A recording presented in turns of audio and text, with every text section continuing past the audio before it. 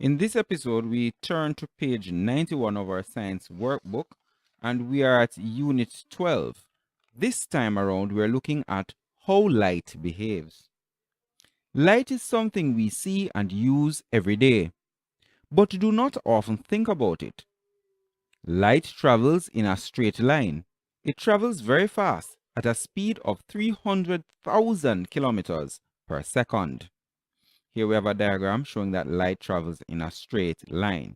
And this is why we can't see around corners. Okay? Next point.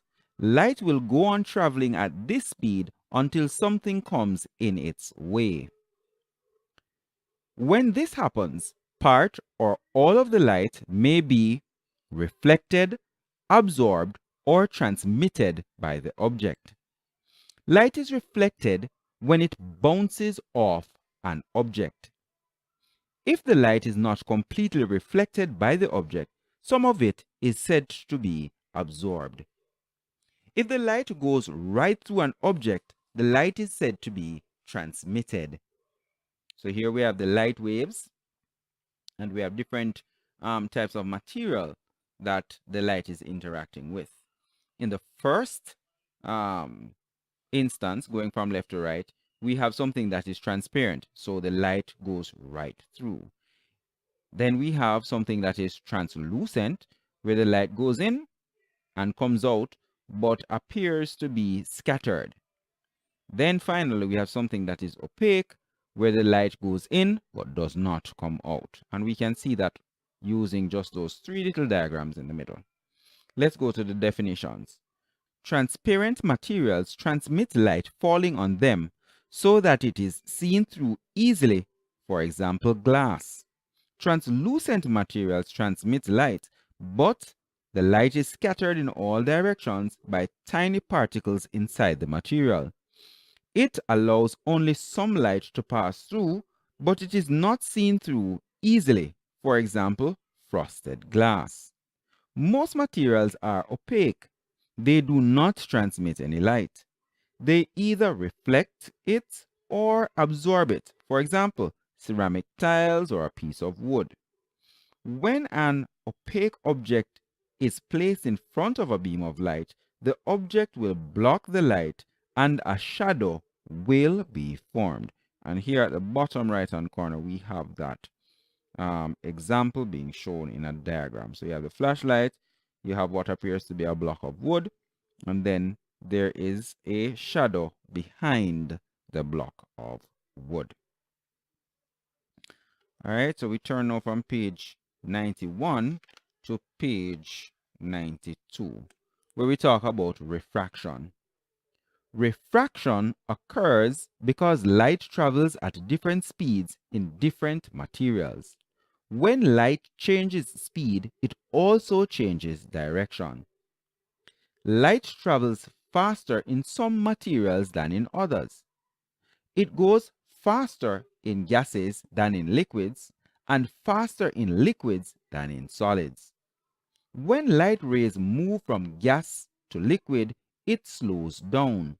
Light rays also slow down when it moves from a liquid to a solid. When light rays move from a solid to a liquid or from a liquid to a gas, it speeds up.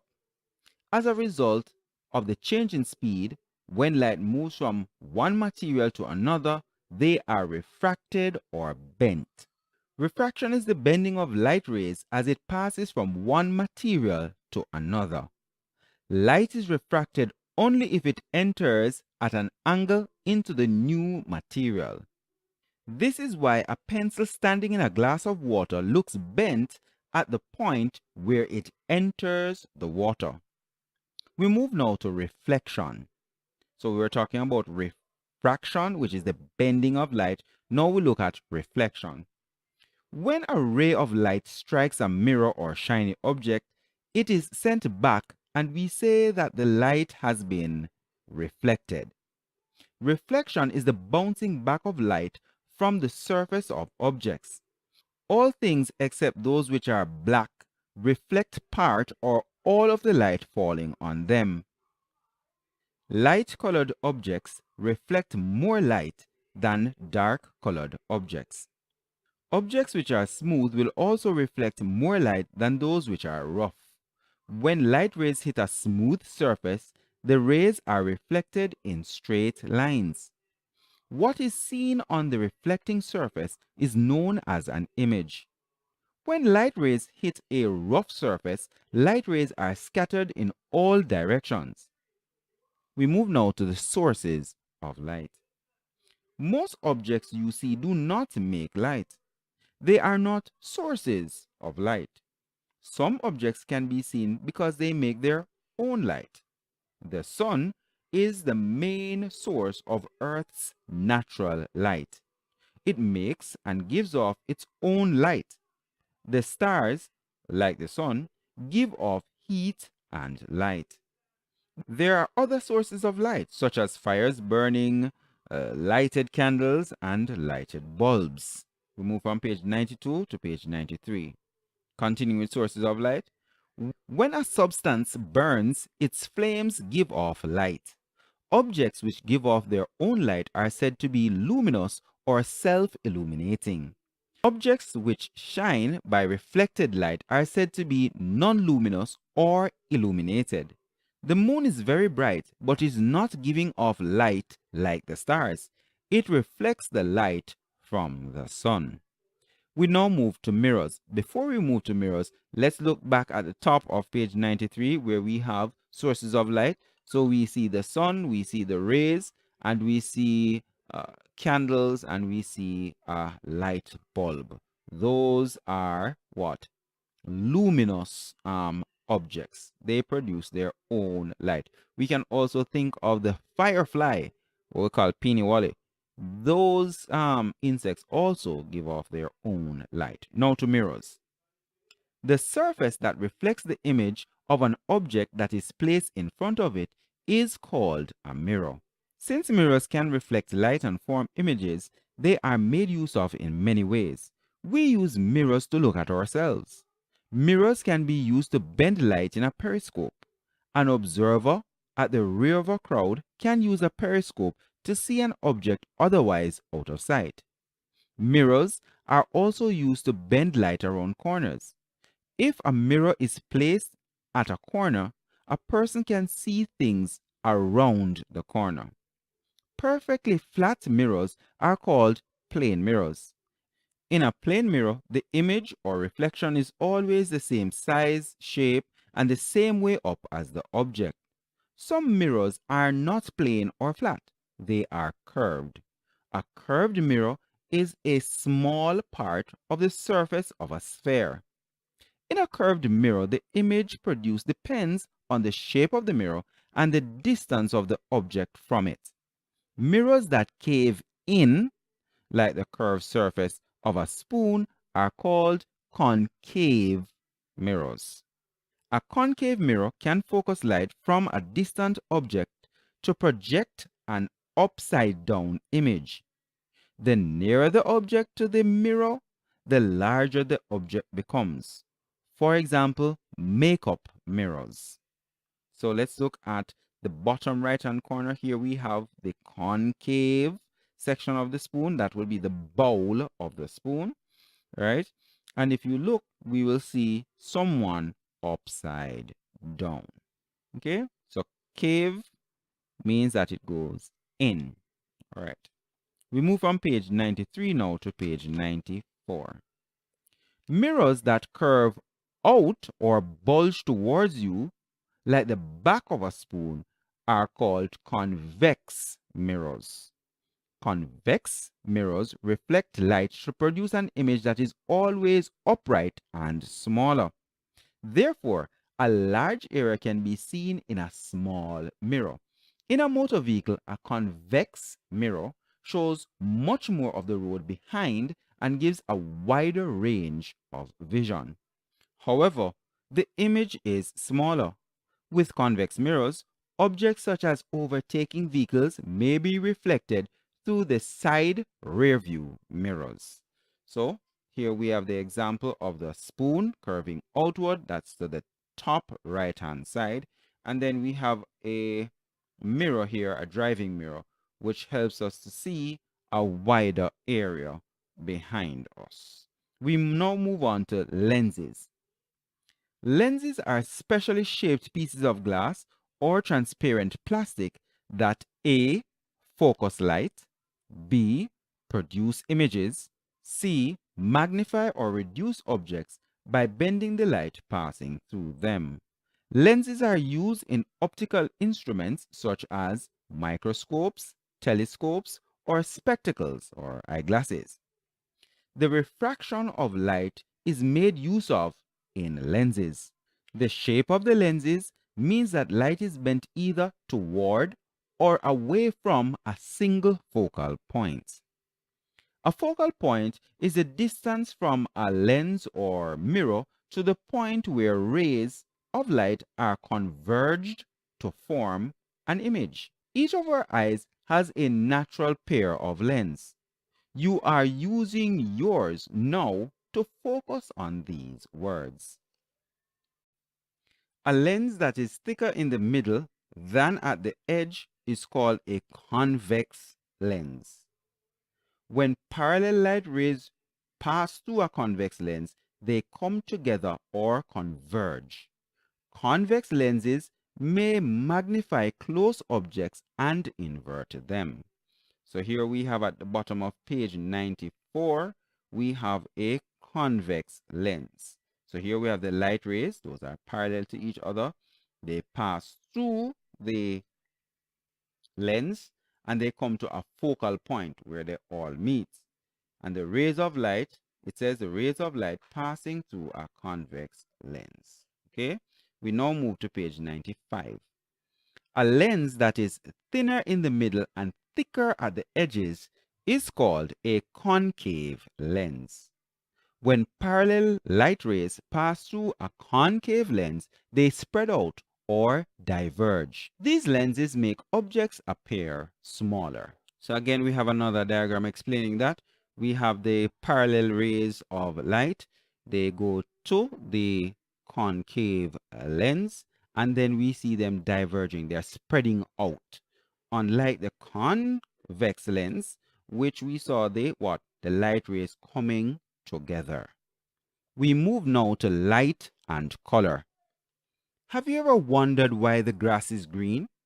Have you ever thought how different the world would be if it was merely black or white instead of a world of color?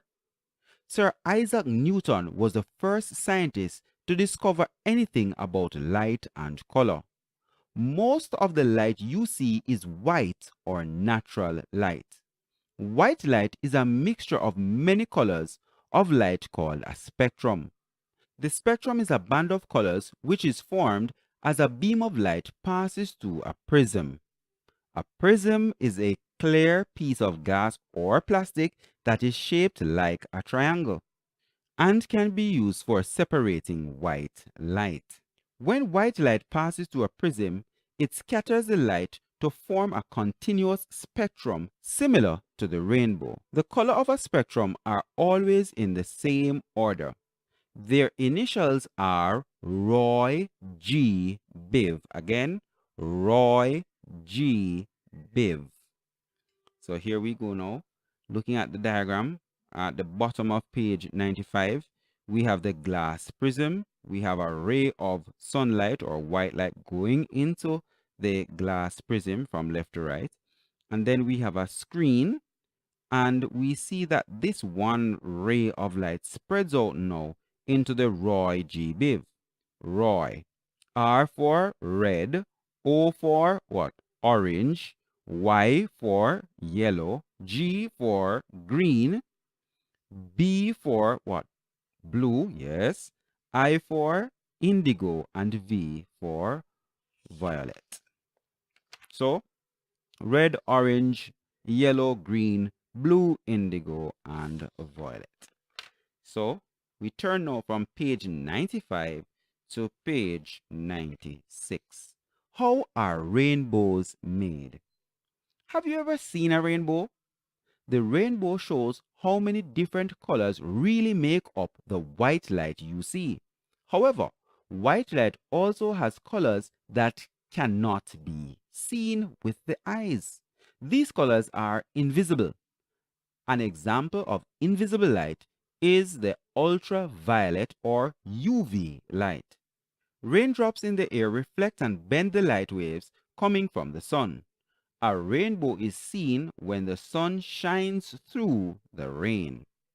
The band of colors you see in a rainbow is called the visible spectrum.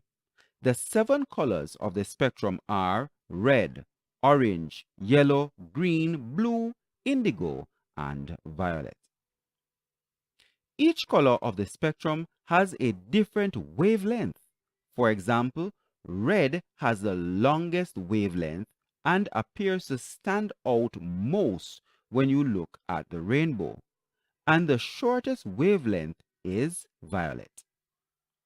Colors. A primary color is a color that cannot be obtained by mixing lights of other colors. The primary colors of light are red, blue, and green. When we mix these 3 colors, we get white light. A secondary color can be obtained by mixing 2 primary colors. For example, red and green mixed together produce yellow. Any 2 colors that produce white when mixed together are called complementary colors. For example, blue and yellow produce white. Mixing light is not the same as mixing paints. Red, blue, and yellow are the primary pigments of paint. Again, pay attention to this. The primary colors of light are red, blue, and green, but the primary colors of paint are red, blue, and yellow. Okay, why do different objects have different colors? An object has a particular color because it reflects one color to the eyes and absorbs all the other colors. For example, green objects look green because they absorb most of the other colors in the light but reflect green light. When light shines on a white object, all the colors are reflected, so the object looks white. The color of an opaque object in white light is the color of the light it reflects. Black objects, however, absorb the light of every color and reflect none. It is best to wear colors that reflect most of the light at night. And this is to help to keep us safe as we walk on the roads. Now we move to page 97 where we have our unit review. Okay, it says choose the correct word from the list provided to complete the given sentences below. So the words are higher, slowly, echo, rough, luminous, opaque, transparent, matter, illuminated, and refracted. Number 1. Light rays pass through dash objects. Number 2.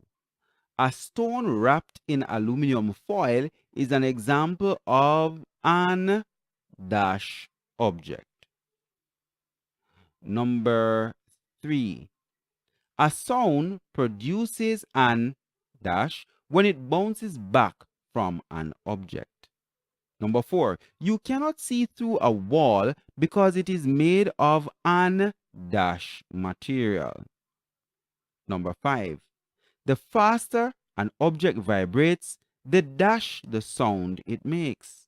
Number 6. When light rays hit a dash surface, the rays reflect in many directions. Number 7.